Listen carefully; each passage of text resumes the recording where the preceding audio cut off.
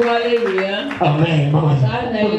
Ngai comment maman Sylvie. Maman Sylvie. Navani na veni Kimbao numéro 26. Ah, Kimbao numéro 26. 26 bis hours. On peut témoigner pour la Manzambe. On témoigner pour la Manzambe et les Gelingai. Donc, Tina Bimi.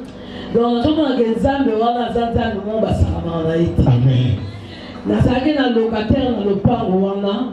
Locataire wana afutaka $100 mais pour afutanga yango eza kozala problème. Soki hier au peso tantôt 20, tantôt apesi 30, tantôt apesi 20, mosusu etikalisima. Soki mokolona ye alingi ye apesi 50, c'est-à-dire afutaka ndenge motema na ye ezolinga. Natalinga Nzambe.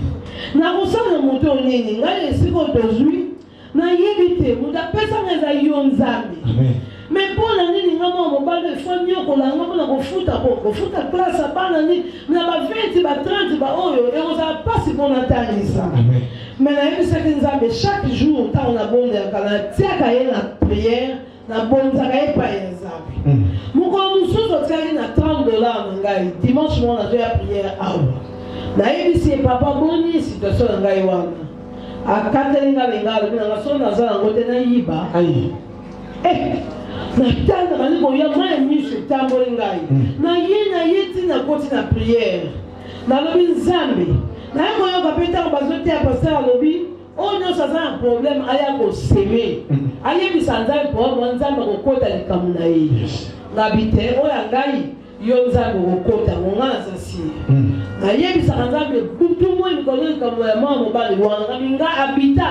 Donc on fout à sous santé bon ba ke ngololaye na sama kasi wala te et yo Nzambe ya passer le kamba yo kota problème oyo po ilaga moto to kamona na ina pete na vandi na monika ko mususu na seme pe na tangi ko nga bisele ofandi oyo zapona kingandi ma akei na vandi ka monse mama vanda na yo ngomona ndenge ni ndago kutika ngombe mwasi na ye pour la sina lemie mobali makabeleki mabe mingi afuta ndako pasi ngabe ngokuta mango le bataise mais ngabe ane na Nzambe maman kwa histoire comme ngabe maman ngatango na soma na ngabutu na maga na po bala maman na zokende lelo wala ye mwasi ozokende la bi o mona ndenge ndako egotika la ville pe awa vala na ndo za ponga na zawo ngo na okende ayo gotika la ville ko monde butu ala mwasa badiko bimisa biloko abadiko bimisa biloko angabe na temi na zako tani ngato bimisa biloko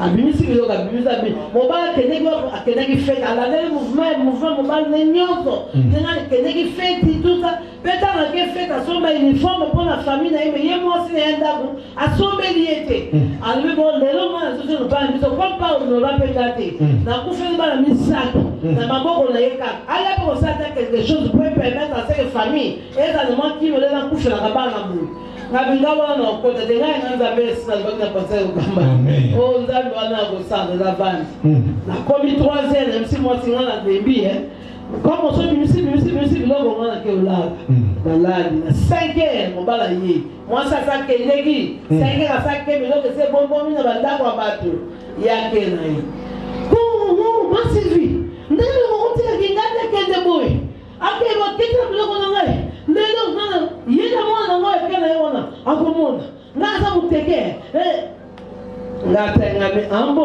Nzambe wangali peta oyo ya Pascal Okamba ayebi ko sala na pesio préavite loko teme obimi mama sivinelo luka muda kota ngana ko fa suta ngabi oyo wala benga ngo fibu amen azu penda suka na fibu amen amen amen amen amen amen c'est la mama bato mosusu esengeli batika vi na yo po yo okonga po okende liboso esengeli bato so azala mosika na yo yango na losambo na yo mutu nyonso aderangeaka yo o amonaka oyo emonaka atia ko mal à l'aise yebisa Nzambe aza libanda nzela na yo amen fo azala libanda nzela na yo amen amen amen mama continue ti na sali pe bongo nalobi problème ezate alobi bonga mama nga na kosa susu te luka mutu na sava na luka mutu na loki mutu nzamba ye osala ti azwi mpe biloko na ye akei bato mosusu bazwa kokota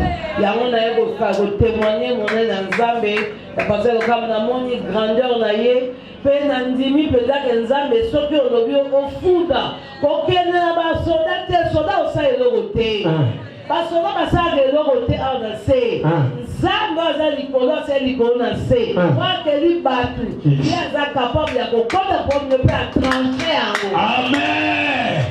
Nzambe alola apambola ye avisite yo ndenge kaka monguna apili mpona libela akotikana kozoma susu te na kombo na Yesu Masiya tukunde. Amen. Ozokometa maboko makasi mpona Yesu Masiya. Tosala mama